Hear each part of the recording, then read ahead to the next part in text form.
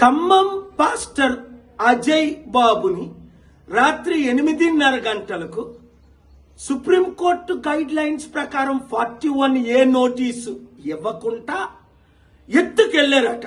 వెంటనే నాకు మెసేజ్ వస్తే ఒక ఎస్పీతో మాట్లాడి అక్కడ ఉన్న పోలీస్ సర్కిల్ ఇన్స్పెక్టర్తో మెసేజ్ పెట్టి ఆయన ఫోన్ ఆన్సర్ చేయకపోతే, అలాగే ప్రెస్ ప్రెసిడెంట్లు ఇతరులతో మాట్లాడితే ఇప్పటి వరకు అజయ్ బాబు ఎక్కడున్నాడో తెలియదు. ఎందుకు అరెస్ట్ చేశారు?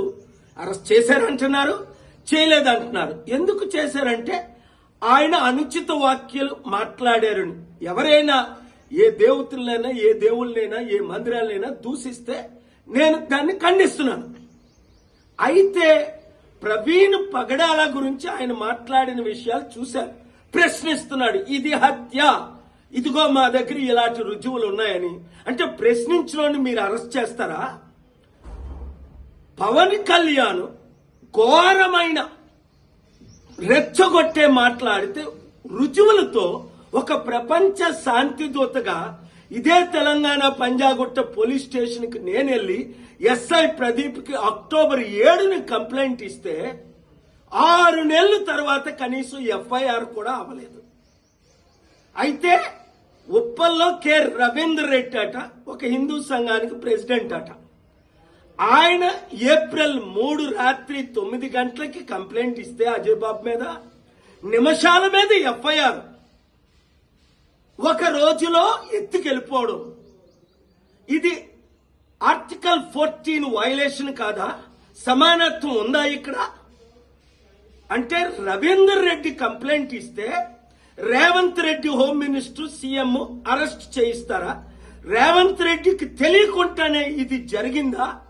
వెంటనే ఆ ఎఫ్ఐఆర్ ని రిజిస్టర్ చేసిన వాళ్ళని సస్పెండ్ చేయాలా? రేవంత్ రెడ్డికి తెలియకపోతే అరెస్ట్ చేసి ఎత్తుకెళ్లిన పోలీసులందరినీ చట్ట ప్రకారం సస్పెండ్ చేయాలి. లేదు అంటే 72 గంటల్లో నా యాక్షన్ ప్లాన్ ఏదో నేను చూపిస్తాను. 1, 2 ఆయన్ని టార్చర్ చేశారా అజయ్ బాబుని? అది చట్ట విరుద్ధమే. ప్రవీణ్ పగడాల గురించి ఆయన మాట్లాడాడని నోరు మూయించడానికి ప్రయత్నిస్తారా? నా నోరు మూయించడానికి మీరు ప్రయత్నించండి.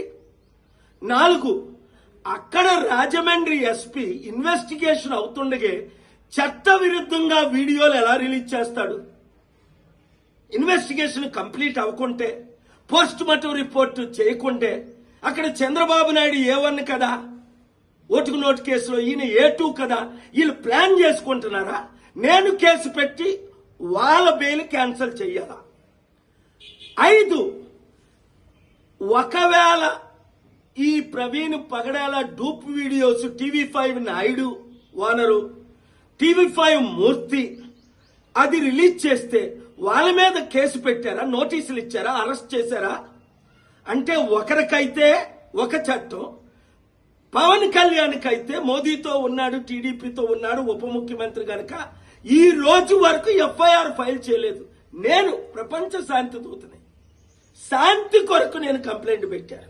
అలాంటి రెచ్చిపోయిన మాట్లాడుకో. ఆ తర్వాత ఇంకా ఆయన రెచ్చిపోయాడు. అప్పుడు అరెస్ట్ చేసి ఉంటే, పవన్ కళ్యాణ్కి నోటీసులు ఉంటే ఇచ్చుంటే మరలా ఆయన రెచ్చిపోయినట్టు ఫిబ్రవరి మార్చిలో మాట్లాడతాడా? అర్థం చేసుకోండి, దేవుడు నన్ను ప్రజాశాంతి పార్టీ ఎందుకు పెట్టించాడు. హిందువులారా, ముస్లింలారా, క్రైస్తవులారా కదలి రండి. 7569441275 గ్రూపులు పెట్టండి, కంప్లైంట్లు చేయండి. నాకు మీ కొరకు నేనున్నాను, సత్యం కొరకు నేనున్నాను. అది హిందువులకి, ముస్లింలకి, క్రిస్టియన్ ఎవరికి అన్యాయం జరిగినా వాళ్ళందరికీ పార్టీలు ఉన్నాయి, మనకున్నాయా? ఇప్పుడైనా ఒకటి గమనించండి, దేవుడు నన్ను రాజకీయాల్లోకి ఎందుకు తీసుకొచ్చాడు? రాజ్యాధికారం లేనిదే ఏదీ సాధించడం. రాత్రి మీద మిమ్మల్ని ఎత్తుకెళ్ళిపోయి మరొక మణిపూర్ తెలుగు రాష్ట్రాల్లో చేయడానికే ఈ ప్లాన్ అంటారా? అక్కడ ఏమైంది? లక్షల మందికి. మణిపూర్లో ఏమైంది? 1000 చర్చిలు ఏమయ్యాయి? అర్థం చేసుకోండి. Let us come together, work together, pray together, peacefully fight together to save India, especially Telugu states. Share this video until it reaches everybody.